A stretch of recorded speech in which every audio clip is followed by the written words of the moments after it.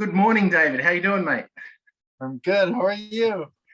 Mate, it's an absolute pleasure to talk to you. I was supposed to talk to you last week on your birthday. I missed Oh, out. I'm a week late. oh, thanks, Shane. I appreciate you. Thank you for calling, and I'm glad we're doing this. Mate, I'll have to do it now. This is what I was going to do real quickly. Happy birthday to you. Happy birthday Oh, to you. thank Happy you. birthday, dear David. Happy birthday to you from down under. Thank you. I love it down under. I appreciate that. Have you been to Australia? I have. I've been a couple times when I was 18 and then just a couple years ago. It was beautiful. I love it there. Yeah. Can you surf? No, I can't surf. I can't surf at all. Now, tell me about the movie. Was it your idea? Because documenting your return to wrestling was pretty huge. And that film, I'm not much of a wrestling fan, but it had an impact on me. Well, thank you, man. Yeah, it was my idea. I mean, some friends kind of also sparked it. I just kind of was sick of being the joke and just kind of wanted to let people know who I was. I mean, it's a part of me. They're making a movie and they focused on certain things. But yeah, you really do get a look at, my life to a certain extent. I've always known and admired you as an actor. So I'm catching up on your wrestling history. Is there going to be any more wrestling comebacks, or was that it? I don't know. I love the wrestling business, and they say once it's in your blood, it's sort of always there. But it's funny. I don't know. I think I still scare the big companies and stuff. So they're like, "Oh, I'm the company killer." So anybody who decides to bring me on has guts themselves. So does that mean no more fake tan for a while? I don't know. Fake tan. I use that in a film I'm hopefully doing soon. Nice fake town cowboy, like a over tan cowboy. So is that your next movie? You're doing a Western? No, I'm like this washed up character, but it's not super official yet. So I Okay. guess it's something that's in this business. There's so many rabbit holes you go down that so much time you try producing things. I mean, I'm working on a project now that's taken me 15 years to get off the ground. Oh, wow. That must be a labor of love. It is. Those are the most meaningful things. So You Cannot Kill David Arquette. Did you come up with that title? I'm glad you're not dead, by the way. Thank you so much. I got this crazy scar to prove I nearly mate. did that. But no, it was based on an 80s song called You Cannot Kill David Arquette, 90s song rather. And yeah, they were just this cool band called the Black Math Experiment, and they written this song in the 90s just because my characters in those movies, the Scream movies, and Eight-Legged Freaks, and sort of never dies. That's good. Yeah. You're a family man, and it says it shows it in the movie. You've got lots of compassion and love for people and charities. I really like that side of you, David. Thank you. That's my whole goal in this sort of next phase of my life, to really dedicate it primarily to charity. So where I was working at a lot of the charity I do on a personal level is more food based. I did a lot of work for Feeding America, and I just I don't know, it speaks to me personally. So then I don't know, I was working in this kitchen at this women's center that I work at, and I just noticed that I didn't have anxiety at all while I was doing this work. And I was like, wow, that's for when you're stressed out and just running around typical days, I feel electricity going all up and down my spine. But it was interesting to take that in. So yeah, for the next phase of my life, I want to just focus on charity. I think that's great. Is using your celebrity for charity though, does that help, or is it sort of not great because people know you want to fly under the radar more? Well, when I did all the work with Peter America, I hadn't been divorced yet and sort of fell off, you know, fell off the deep end. But so yeah, I mean, it's important to sort of, you're representing different charities and companies that they're working with, so you do have to, be in the right place and frame of mind. But getting older too, it's just I find a lot of it kind of fun. I mean, you don't care about certain things anymore. Certain things just don't bother you as much as they used to. And yeah, you just I don't know. That was the most important part. How's your heart condition? Are you been okay lately? No drama? Yeah, my heart condition's it's good, no drama. It's like it's weird. Once you get a couple stents in your heart, you're like, you could be a little gassy or something. You're like, oh, am I going? So yeah, I don't know. It's good. Who knows? Are you happy with the reaction of the movie so far? And has the wrestling fraternity accepted it as well? Yeah, I mean the wrestlers, they were really kind about it and supportive. The bigger wrestling companies were a little standoffish, but I was really happy with the way it was received, and a lot of people are getting to see it on the airplanes because it's on the airplanes. So I see that quite a bit. So that's exciting. You really do these films so people can see them, so we can entertain you guys. That's our job, and I take great honor in being able to do that. Your whole family does. I'm a very big fan of you all. Rosanna especially. She's on my bucket list to interview someday. She's inspirational. She's the best. She's the greatest. She's really working on some interesting stuff that's going to be that's going to be seen soon. So I'm super excited for her. How did you meet your wife, Christina? We met on an 80s boat party. She had actually interviewed me previous for Scream 4. So then I met her on a 80s boat party, and she was like, 80s themed boat party, and she was like, I met you before. And I was like, oh my God, sorry, where did we meet? And she was like, I interviewed you. And she played hard to get for a long time. And then I don't know how I won her over, but I'm a lucky man. So was it love at first sight? It was for me. I'm not sure about her, but yeah, she also has blossomed in this being an incredible producer. She produced as well as being in the documentary, and she's producing the Magic Johnson documentary right now, which is so incredible. Huge. Yeah, she's really a powerhouse. She's just so she's quick, she's just smart, she's strong. She's my hero. Did you do your own styling when you were a wrestler? Your own costumes? It looked like you did.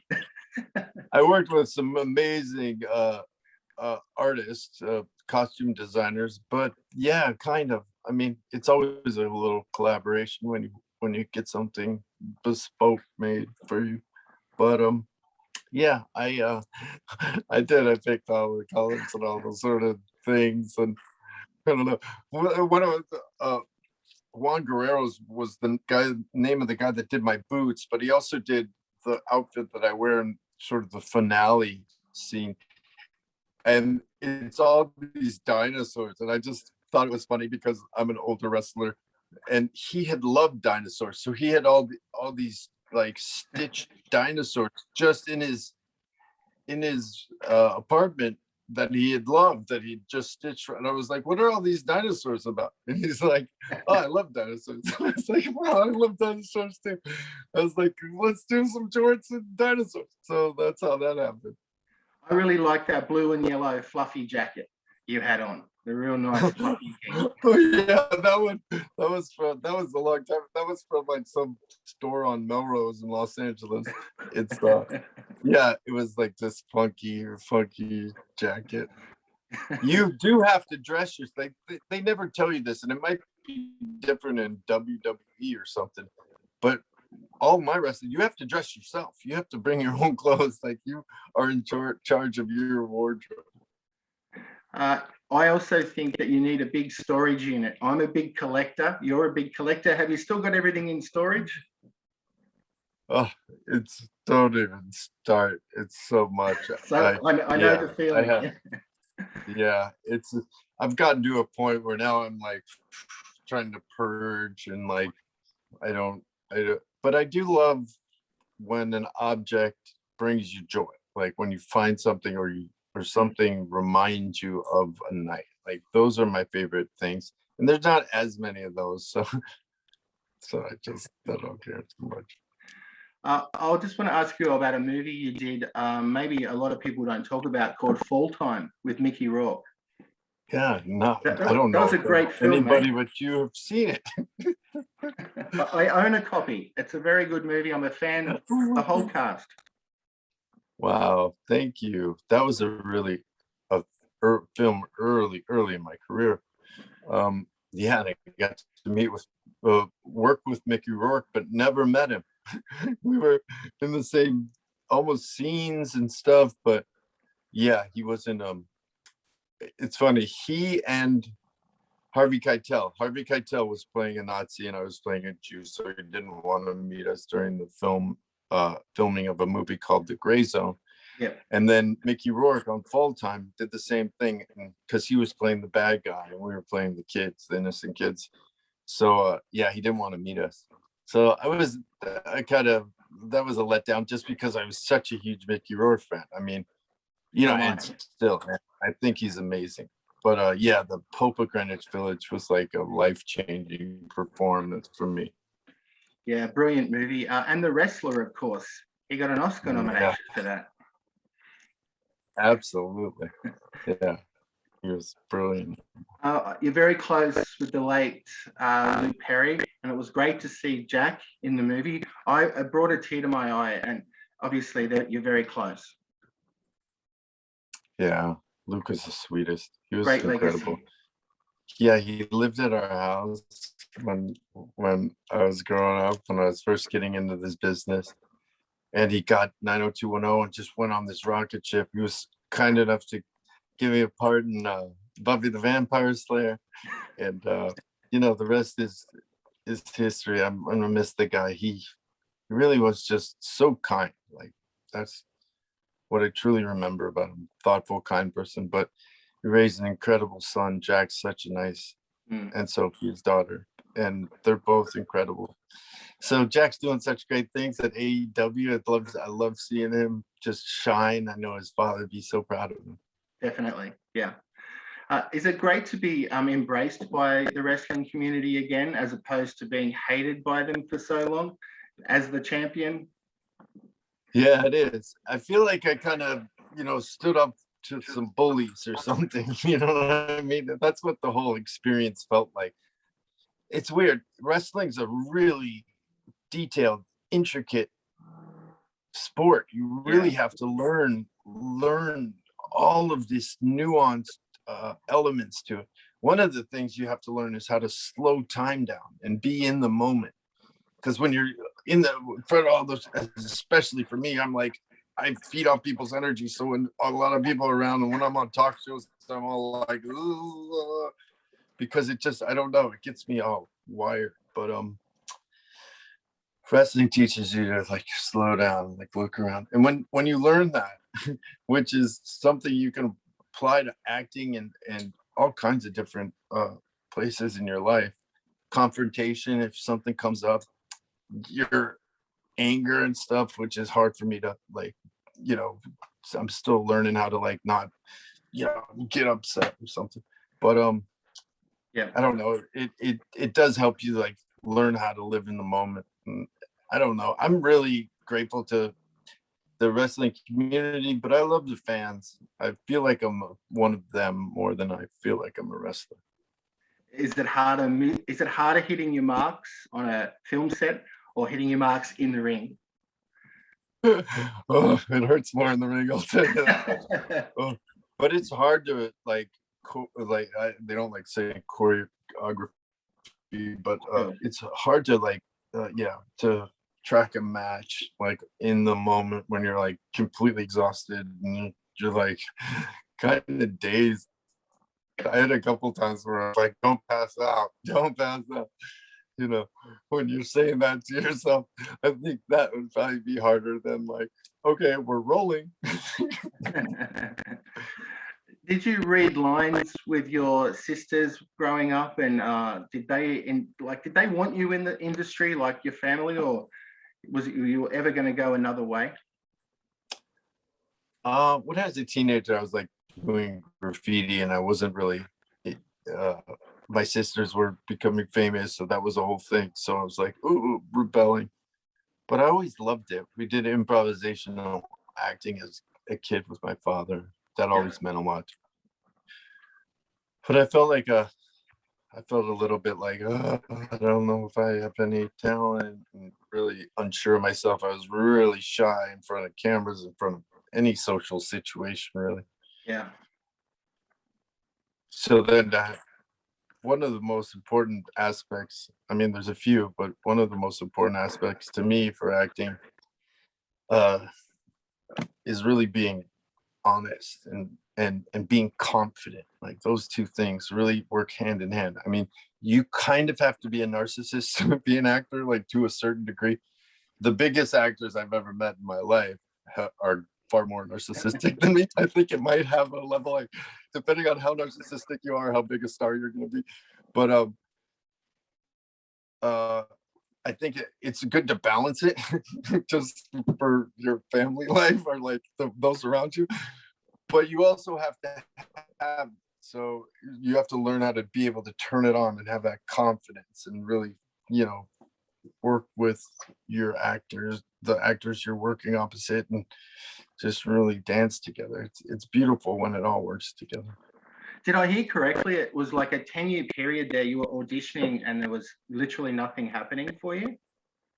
I mean, it was a little misleading because it had been 10 years, and I was telling a story like I just got a role, and they didn't tell that part, but I'd been auditioning, like sending in tapes and going into rooms. I had not gotten a job from an audition.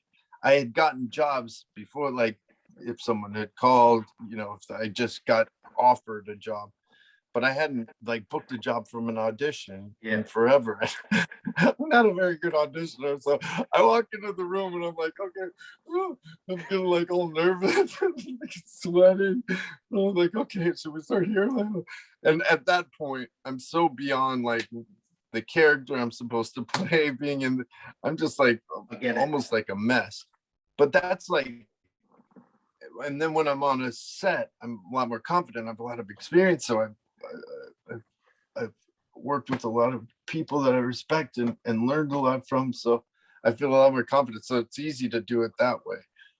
But getting the job's a whole different thing. And that's the one thing that my parents, my mother, my dad, my sisters, the one thing that everyone will tell you is that it's a business that's almost all rejection. And then you get a job, you know what I mean?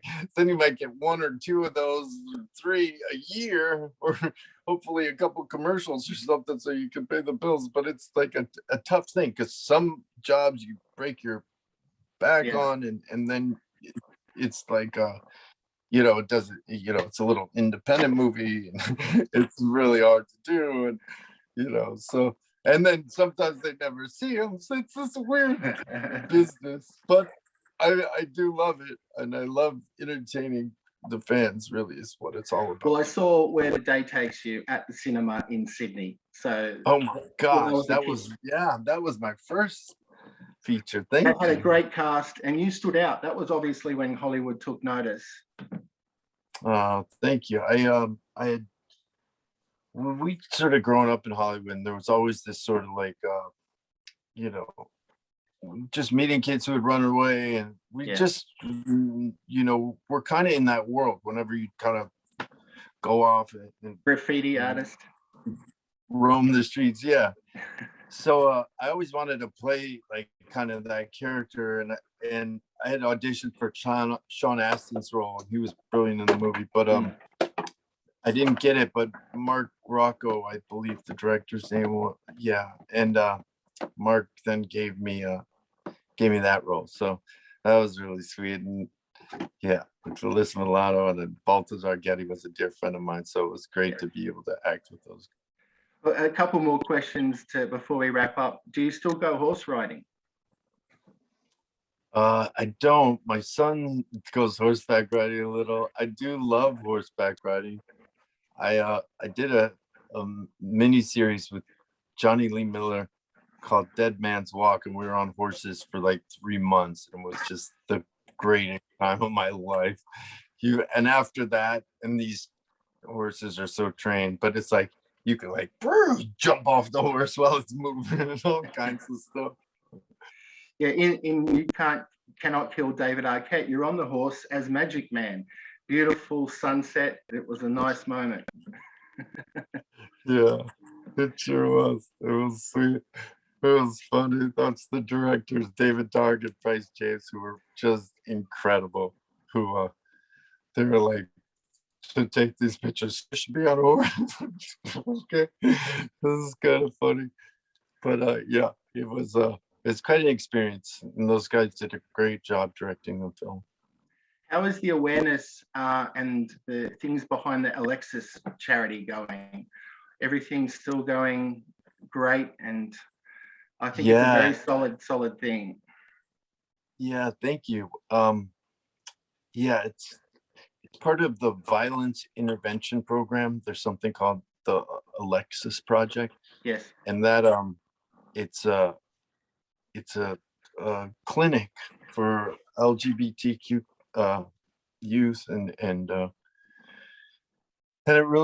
it's so important because, like I was saying, when we did meet the kids that would run away and stuff, I mean, they're just so vulnerable. They're, it's a tough world. So they really, and a lot of them are on the streets because they came out and their parents didn't accept them.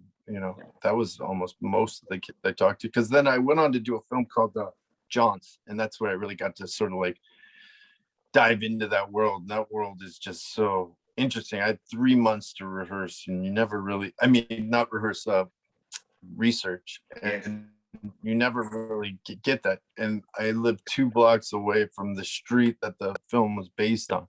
Yeah. So I walk, whenever I go out with my friends, we'd all hang out at the Formosa Cafe in Los Angeles back in the day. And we walk down and go to Formosa. And as I was walking there, if I had passed a street hustler, I'd give him $5 and I'd ask him a list of questions like, what's in your pocket? Why are you out here? What's the craziest thing that's ever happened to you out here? Just a series of questions that really helped, because I made a little packet of, the professional hustlers would be all business about it, and they'd have like condoms and lubricants, all kinds of stuff. But so I made sure I had that, and it actually like came in handy when I did this one scene, and it ended up being sort of a pivotal point in the movie. Tell me about street wrestling. How did you survive that? That was incredible. And the only street wrestling I've seen in Australia is when they fall out of the pub drunk and they're all fighting. But Mexico was different. Yeah, totally. I had no idea that was happening, or that form of wrestling even existed. No. I felt terrible because the first time they told me to do something, I did something, and I hurt the guy's knee. I didn't know what I was supposed to do. So then I could figure it out a little. They didn't speak English, so yeah, and it was just, it felt so awkward, like asking for change. But the look in your eyes, you had these wide eyes, and you were really just going, am I going to do this? How does this actually? That's exactly what happened, though. I was like, oh, okay, I'm supposed to. I didn't know what I was doing, so. But they were really gracious. I learned so much from just luchador culture and the luchadors that I worked with in Fernando Jr. specifically, because he was the only one that spoke English, and just really kind of. But all of them helped me and taught me a ton. So in your own words, why should people watch You Cannot Kill David Arquette? I mean, people from the non-wrestling world will get as much out of it, I think, than people who are into wrestling. I think the directors, David Dark and Price James, did such an incredible job on the film. And it's really a intimate, I think it's an uplifting story. It's a real journey, a really like an adventure. And you kind of can be a part of that. So I hope people check it out. It's very impactful, especially if you don't like the sight of blood. It might need a warning for people. There is yeah, there are a few little scary moments like that, but you could kind of see them coming and close your eyes like that. Yeah. Are you allowed to tell me anything at all about Scream 5, your role? Are you... I mean, I could say that I just love playing the role of Dewey. You know, such an iconic role. It's true to the whole series, and it's a classic whodunit. I think people are really gonna enjoy it. And Matt and Tyler, the directors, are just so talented. They were inspired by Wes in their careers, and they really wanted to make a film that he would enjoy as well. Well, thank you, David. I'll stop recording now, mate.